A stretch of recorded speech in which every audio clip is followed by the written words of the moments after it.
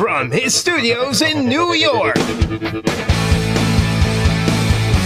it's time for Wake Up Call with Dan Tortora, where sports meets life.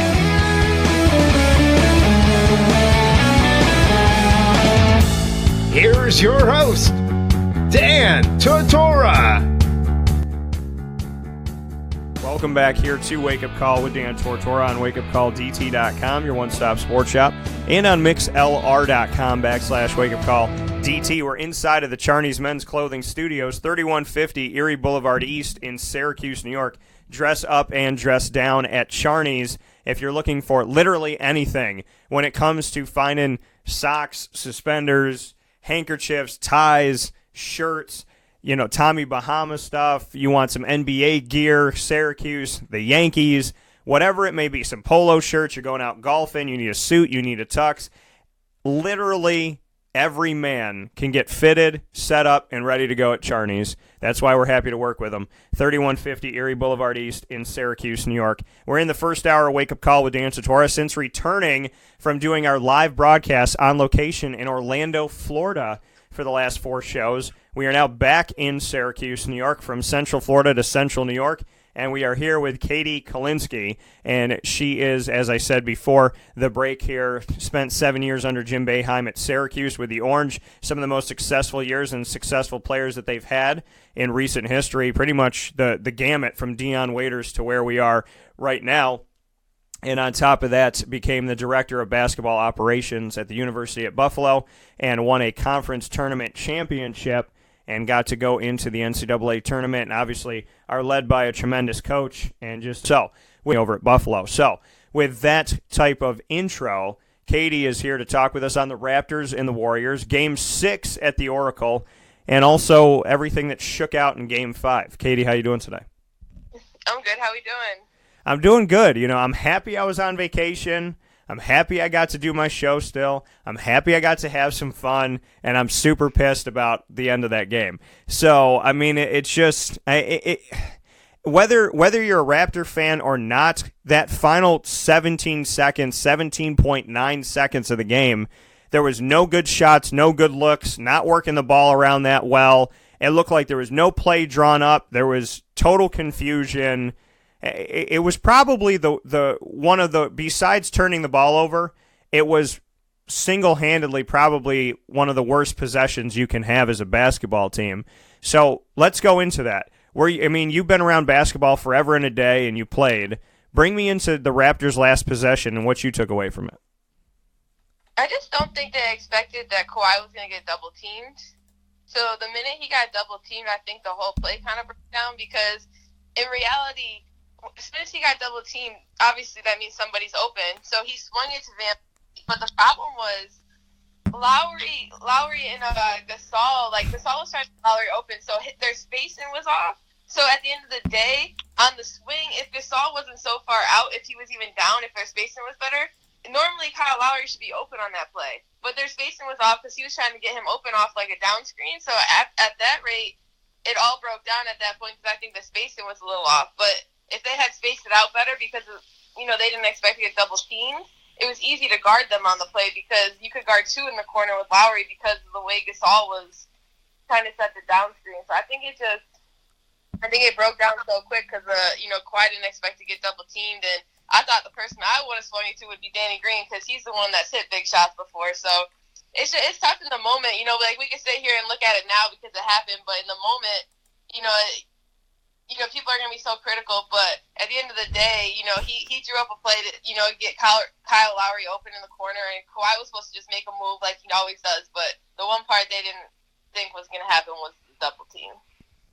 Which I think is insane because Kawhi Leonard is the best player on the Raptors and arguably to some people the best player in the country, one of the best players in the world, so I would think that he would get double teamed. Now, there is... let's stick with Kyle Lowry here because there's something else I want to get. There's a lot of different topics I want to get to with Katie this morning. But, Katie, for you, you and I have spoken about Kyle Lowry, and you texted me during the game and you said Lowry needs to stop. And I just, I'm at a point where I agree with Leo Routins that, he did kind of enlighten me in the show and hopefully people listening that Kyle has been a part of the most success that the Raptors have ever had. So you have to attribute some of that to him being on the team. But at the same time, it's how much of that is him. I could be on a team and never play, and the team could be really successful. I could be Tom Brady's backup, and the team's winning Super Bowls, but, what am I doing? I mean, maybe I'm a really good scout guy. I don't know. But Lowry is so wildly inconsistent, and he doesn't hit the big-time shots. He's the last person on the team that I would want. He's one of the last people I'd want to shoot that shot. And he's probably the last of the starters that I'd want to shoot that shot.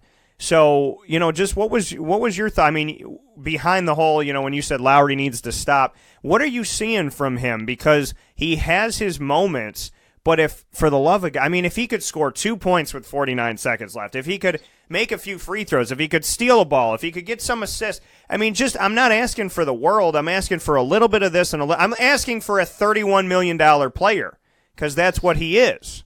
So what are you taking away from him? Because hitting the back of the backboard is just not acceptable to me.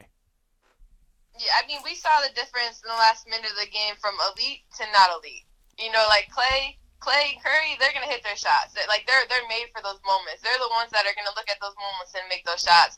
Kyle Lowry, at the end of the day, I don't think of him as elite. I think of him as a great player. I even think of him kind of as a role player sometimes. I'm gonna set the offense up. I'm gonna be that dog on defense. I'm gonna take that charge. And I think he's had some great moments that are not going to be in the stat book for this series. And I still think he can redeem himself with 2 more games.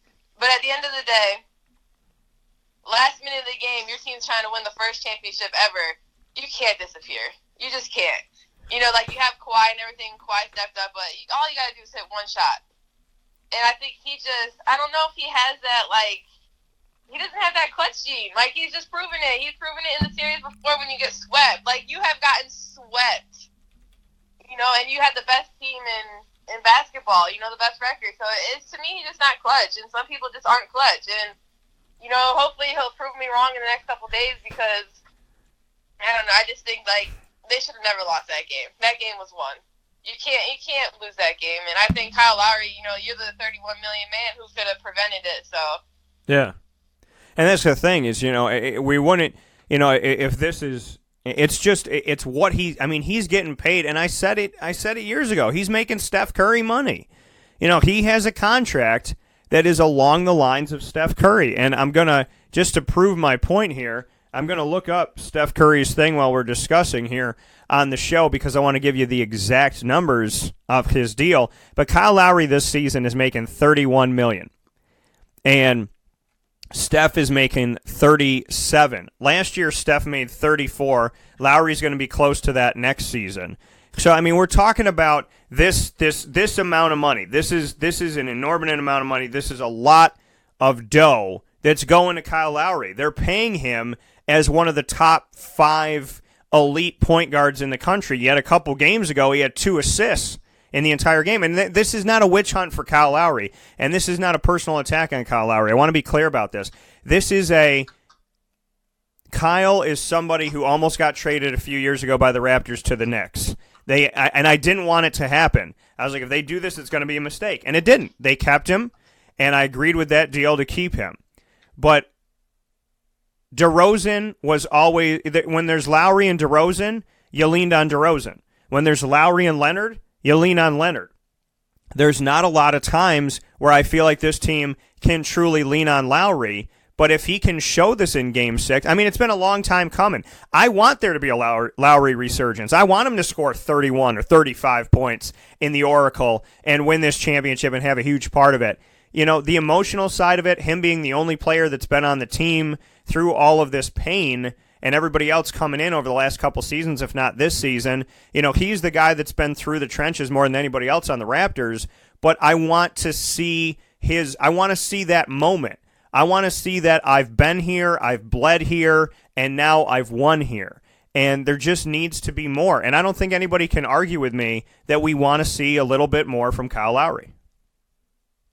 Yeah, exactly. And at the end of the day, I understand, you're doing great things in the game.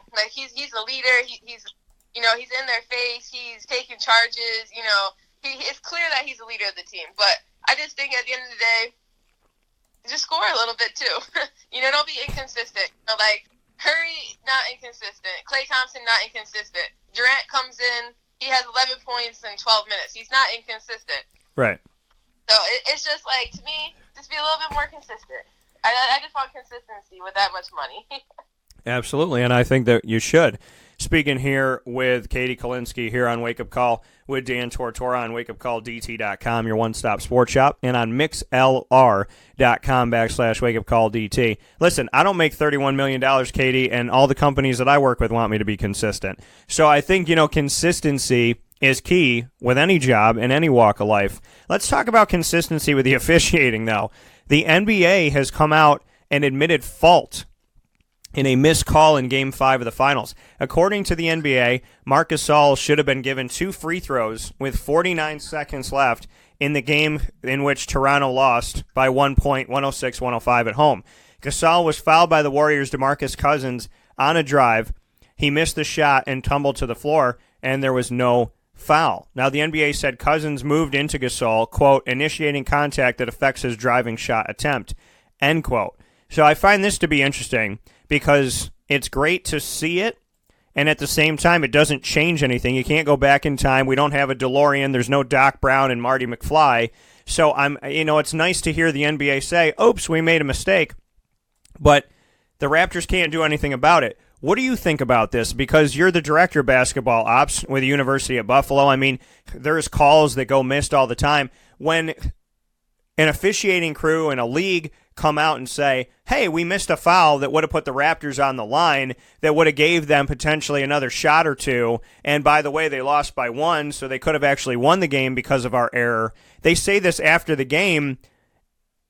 It's almost, in my opinion, don't say it, because now fans are looking at this like, okay, so we could have been having a parade today instead of getting ready for Game 6. What are your thoughts on the NBA admitting that they missed a foul on Boogie Cousins? Well, it's hard to look at stuff like that because there's 1,000,001 missed calls in the game. It just happened to be with 49 seconds to go.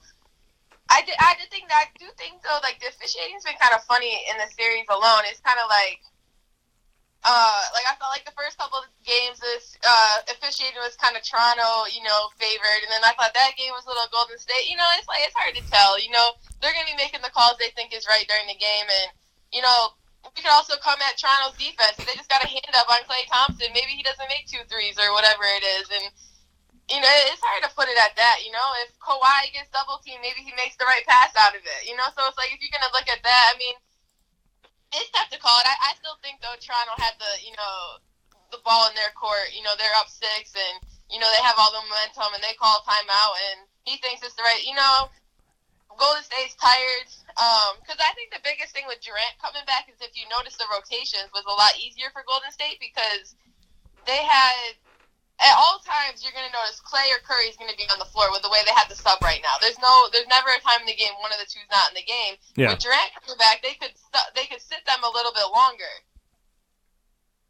So I think towards, he got hurt in the first quarter or whatever it was, and now Curry and Klay, they're playing the whole game again. They're tired, so you already know they're tired. Curry's put the team on his back the whole series, and now we're going to call a timeout so Golden State can rest? That just doesn't make sense either. And that's the thing is I don't understand.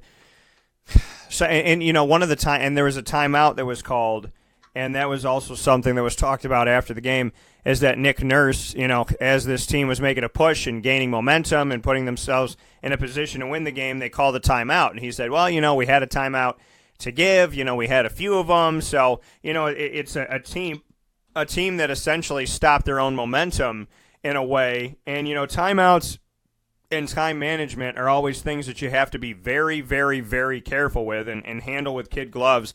What do you think about that? The fact that was a topic of conversation after the game was, the notion of the timeout and when the Raptors took the timeout and if it was the right thing to do. Yeah, but he was talking about, I didn't want to lose the timeout, but who cares about the timeout? What about the game in front of you? who cares? Like, you're going to lose timeout. Like, who cares? I don't know how many he had left, 2 or whatever it was. So you lose the timeout because you didn't call it yet. You didn't call it yet because you didn't have to call it. Right. So it's like, at the end of the day, they're more tired than you're tired because literally Curry is playing the whole game. Like, he had to play the whole game and score over 40 points a game before that. Like, just, I don't know. I'm just a feel person. And by watching the game, you have all the momentum. They're more tired than you're tired. Let them call the timeout. Yeah, I mean, and that's the thing that I don't understand is as you're moving forward, as you're progressing, as your team is getting better at the most opportune time, that's not when you take a break. You don't give the other team a break. That's like when a team in the NFL is trying to, or in any sport, when a team's trying to come back, and but you see it in the NFL a lot. There's a team trying to make a comeback, and they have no more timeouts left, and then the other team takes a timeout. Why are you giving them more time? You want time to run off the clock. You want them to be in a frenzy. You want them to be anxious. You want them to be stressed out of their minds because you want them to make a mistake. So, I mean, time management, what are you doing with the clock? When are you taking your timeouts? Why are you taking your timeouts? Who's stepping up? Who's not stepping up?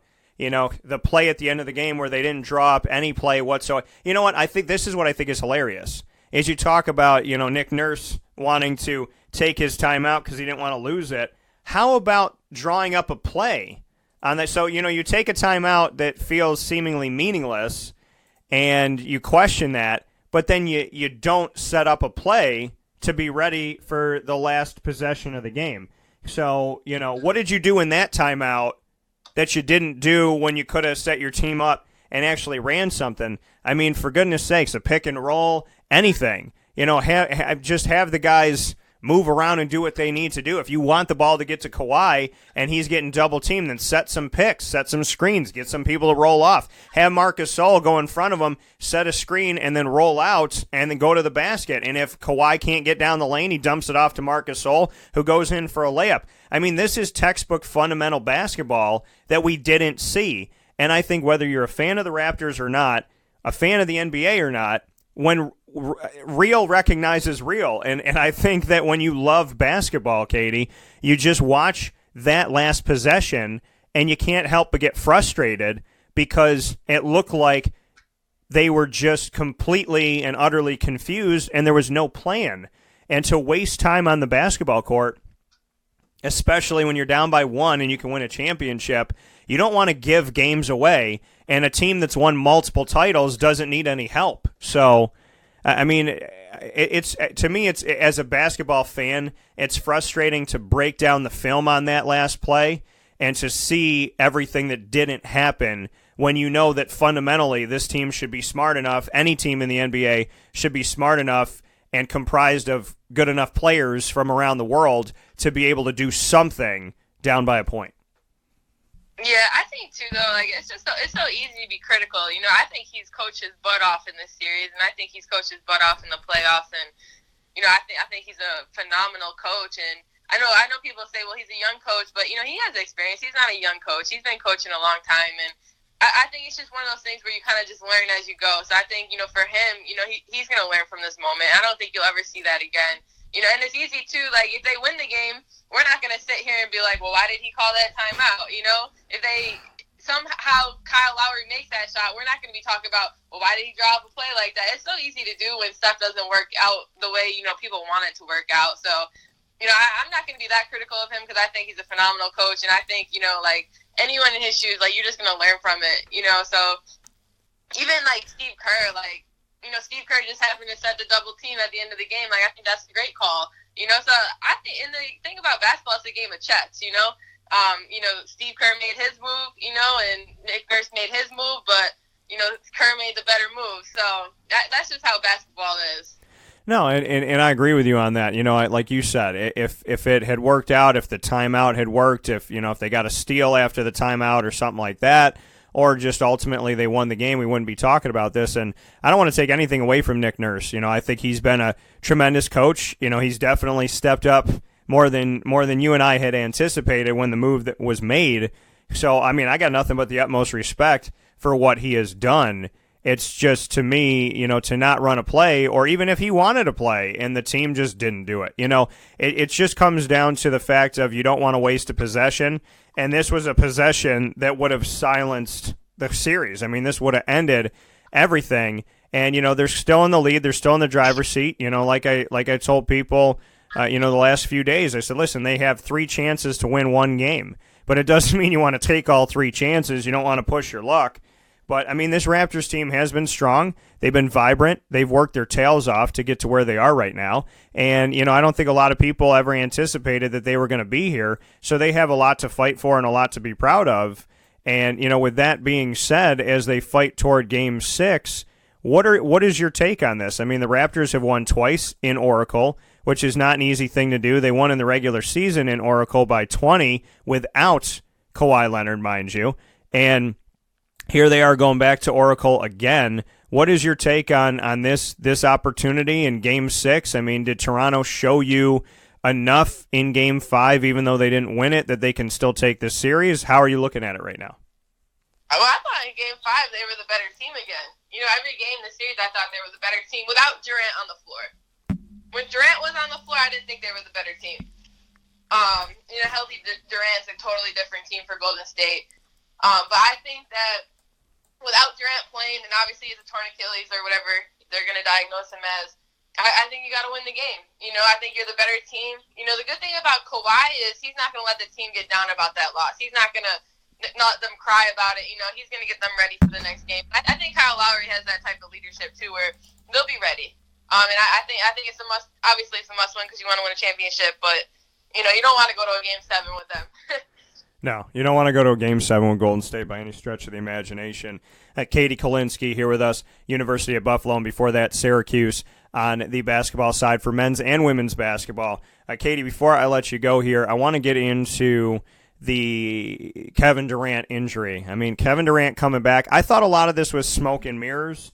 The whole notion of, oh, he's going to come back. Oh, he traveled to Toronto. Oh, he got there a couple days early. Oh, but he didn't play in Game 1 or Game 2. Oh, he'll play in Game 3. Oh, you know what? He's not going to play in Game 3. Oh, he's definitely going to play in Game 4. Oh, he didn't play in Game 4. Oh, but he's going to travel to Toronto. Maybe he's going to play in Game 5. There's a lot of Kevin Durant pieces I want to get to, but the first one is, what was your takeaway from kind of this, what felt like a smoke and mirrors, is he going to play? Is he not going to play? This back and forth, what did you take away from it as a fan and as somebody, connected to the basketball world? Is it strategy? Is it just to keep the Raptors on their toes? What did you think about how it was handled, where we never really knew if Kevin Durant was going to play or not? I believe that if the series didn't get where it got, like, let's say Golden State was up right there, 3-1. I don't think Kevin Durant plays in that game. I think it was desperate mode. They said he practiced for the first time. I mean, you can practice one day on an injury like that and then go play. I mean, that's tough.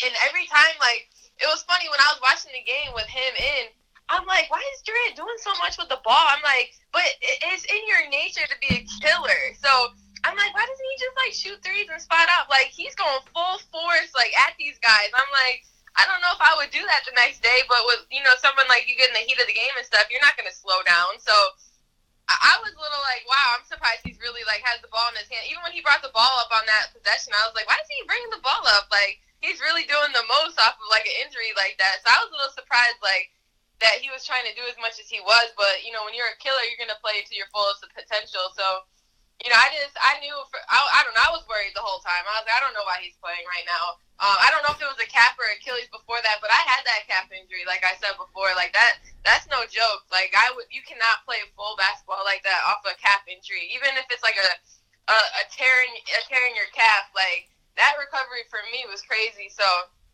I don't know. I just, but that's what the greats do. They play, but, you got to be smart, too. Was it really worth the championship to tear your Achilles? Like, yeah. I don't know. I wouldn't have played. No, and that's the thing is, because he's in a contract year, because he can go wherever he wants to go, because, his recruitment is open essentially again. you wonder the why. And I said there's two ends of the spectrum. There's the fact that he's a good teammate. You want to believe he loves his teammates. That's what we take away from, a lot of the response and whatnot is that he loves these guys. So why did he play? Because he wanted to win, because he cares about them. And, on the other side of it, it's like, okay, but, you're in a contract year. You want to make your money. You don't want to be damaged goods when you're trying to, go out there and find a new job. So, what is your takeaway from it to kind of look at the shoes of Kevin Durant, being in a position of they need you, but you need to stay healthy, and we don't know if you're even going to be in Golden State next season. So, I mean, when you look at all the angles of it, what do you see when it comes to Kevin Durant? Because I think it's more of like a prism, where there's a lot. It's not just one thing you see. You see a lot of different pieces to this because, like I said, he's trying to be a good teammate and he's trying to care, and at the same time, you got to kind of look out for yourself. And then it's, well, what's a priority? Is it a priority to win now? Is it a priority for you to get on a new team and make some good money? So, I mean, there's a lot of different things that went into this, and, there's a lot of opinions about it. So what's your take on it?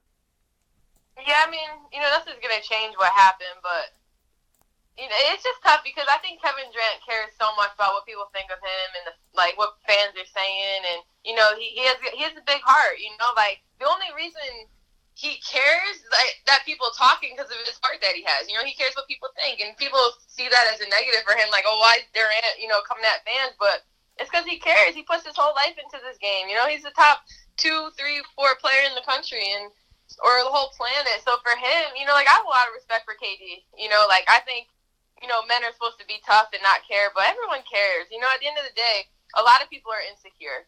And, so for people to come at him, it's like, you're probably more insecure than he is, but people just like to talk. So, I think he made a decision he wanted to play because he's got a big heart. He wants to win. And maybe a part of him thought he was going to be the savior. What kind of story would that be? Down 3-1, Kevin Durant comes back, they win the championship. Now you're the saving grace. So, yeah.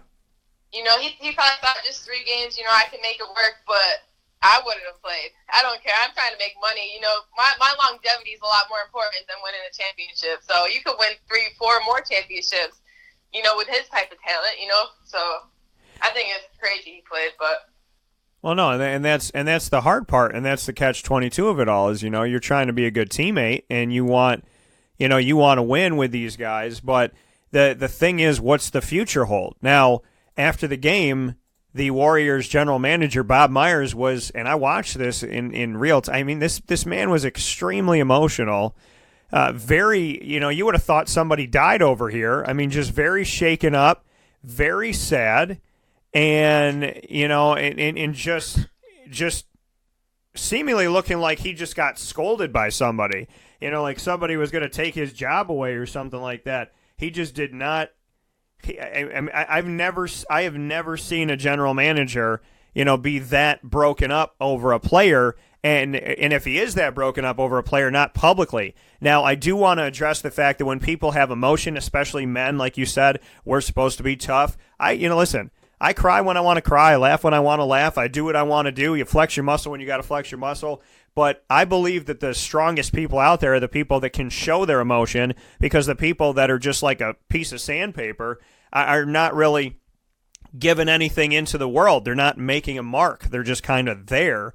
So I want to preface this by saying that if anybody's making fun of or making GIFs or memes or whatever from what the Warriors GM Bob Myers did, I think that's deplorable, and I think it's disgusting because he was feeling raw emotion. At the same time, I was wondering, is this emotion to show Kevin Durant that, are you really actually sad?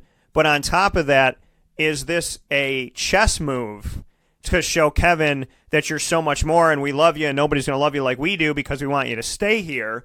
So are you actually sad about the injury? Are you trying to jockey to keep him with the team? Kind of what is the purpose of this, of this emotion? Because there was a lot of emotion and you want to believe it's real, but I'm thinking in my head, is this to keep Kevin here? Is this because he feels like this is on him and that the fans are mad and that he thinks he's going to lose his job? Does he just really genuinely care? What did you take away from Bob Myers' reaction which was very unique.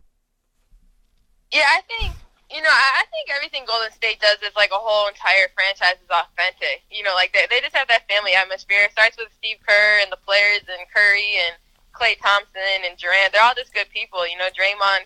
And I think it just shows throughout the organization. There's no surprise why they win so many championships. It doesn't just happen with players. It happens with good people around you, good people in the organization, good ownership. Yeah. And that's what they have, up to down, So I think it was authentic. Like that's just the compassion you show. Like when you really see, like know these guys and they put the work into it. Like I cried when Bree Stewart like tore her Achilles. Like that messed me up for like a week. Like just to know like who she is as a person and stuff. So I can see why he'd be upset about it. And I don't think like if you're gonna use someone getting hurt to use that as your advantage, then that's not cool. So I don't think he would be like that because just who they are, you could just tell. They all do. Like Golden State just does stuff the right way.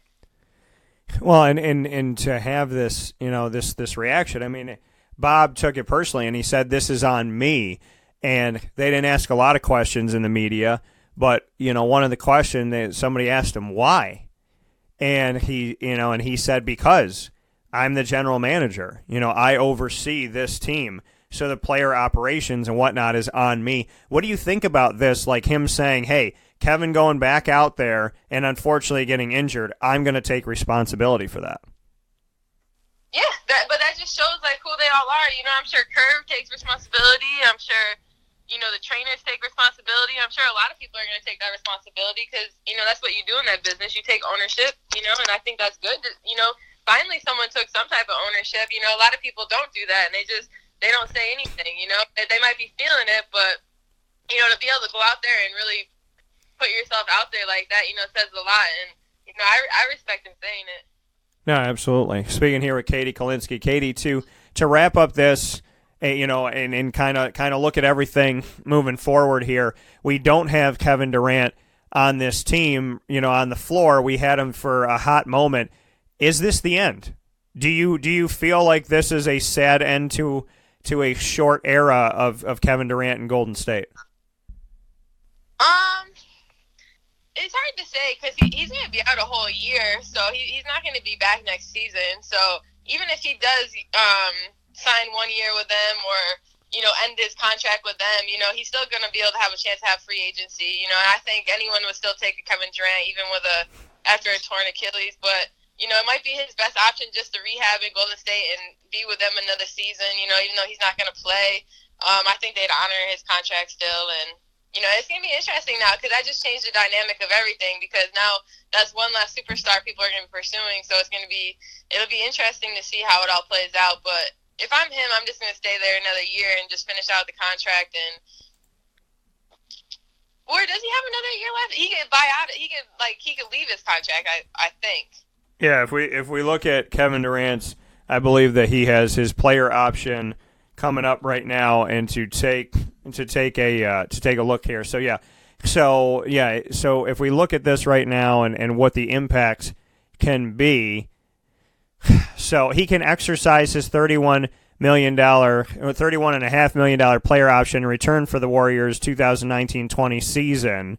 So that would be rehabbing. So he can exercise it, but it is his option. It is not the team's option. It's his player option to do that. So, I mean, I guess that would show true dedication if he said, hey, I'm going to come back to the team and rehab all year, and you're going to pay me over $30 million, but I'm not going to play at all. I mean, I think that would be an interesting place here, and see Bob Myers' response to this. So, this Achilles injury, and then turn around and saying, you know what, I'm going to stay.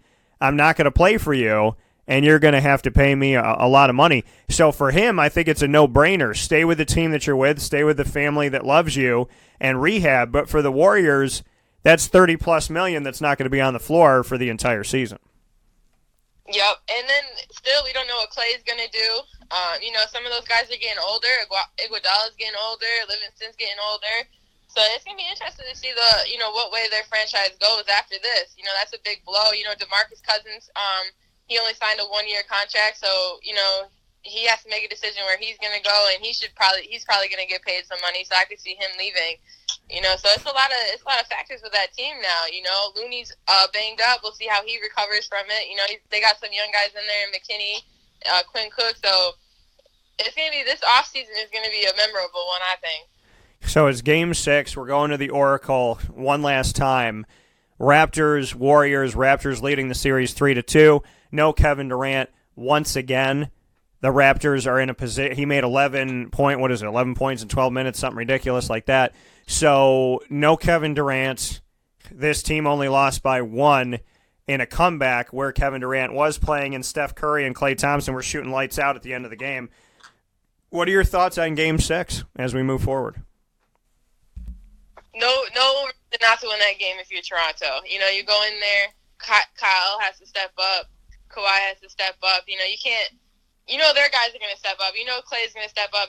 Curry's going to step up. Draymond's going to do what Draymond does. So, at the end of the day, you're $31 million man. Lowry, you got to step up. Kawhi, you got to step up. And I think Siakam, he's got to be able to knock down that 3-point shot better because he's been struggling moving outside. So he needs to lock in on that.